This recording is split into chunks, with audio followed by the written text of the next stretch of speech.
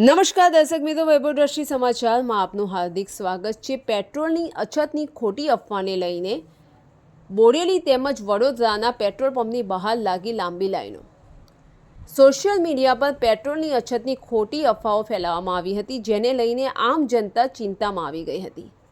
આમ જનતા જે છે પોતાના રોજગાર માટે ચિંતામાં આવી ગઈ હતી કે તેઓ રોજિંદા ટ્રાન્સપોર્ટેશન કરીને પોતાનો રોજગાર મેળવતા હતા। હવે જો પેટ્રોલ જેવી વસ્તુ ખૂટી જાય તો લોકો એક જગ્યાએથી બીજી જગ્યાએ કઈ રીતે જાય, જેને લઈને પેટ્રોલની અછતની જેવી ખોટી અફવા બહાર આવી કે લોકો પોતાના વેહિકલો લઈને પેટ્રોલ પંપની બહાર લાંબી લાઈનોમાં ઊભા રહી ગયા હતા।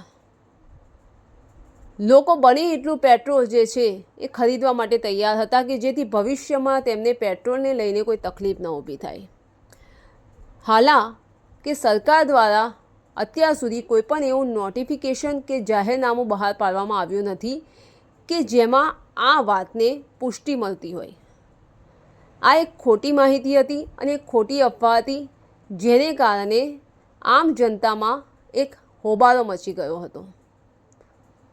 સરકાર દ્વારા ત્યારબાદ આ જૂઠી માહિતી અને જૂઠી અફવાનું ખંડન કરવામાં આવ્યું હતું અને હર્ષ સંઘવી દ્વારા માહિતી આપવામાં આવી હતી કે આ જે છે એ ખોટી અફવા છે અને આમ જનતાએ કોઈપણ પ્રકારની ચિંતા કરવાની જરૂર નથી અને જો ભવિષ્યમાં આવી કોઈપણ પરિસ્થિતિ ઊભી થશે તો સરકાર તેને પહોંચી વળશે। એટલે હાલ પૂરતું આમ જનતાને કોઈપણ પ્રકારની ચિંતા કરવાની કોઈ જરૂર નથી। ધન્યવાદ।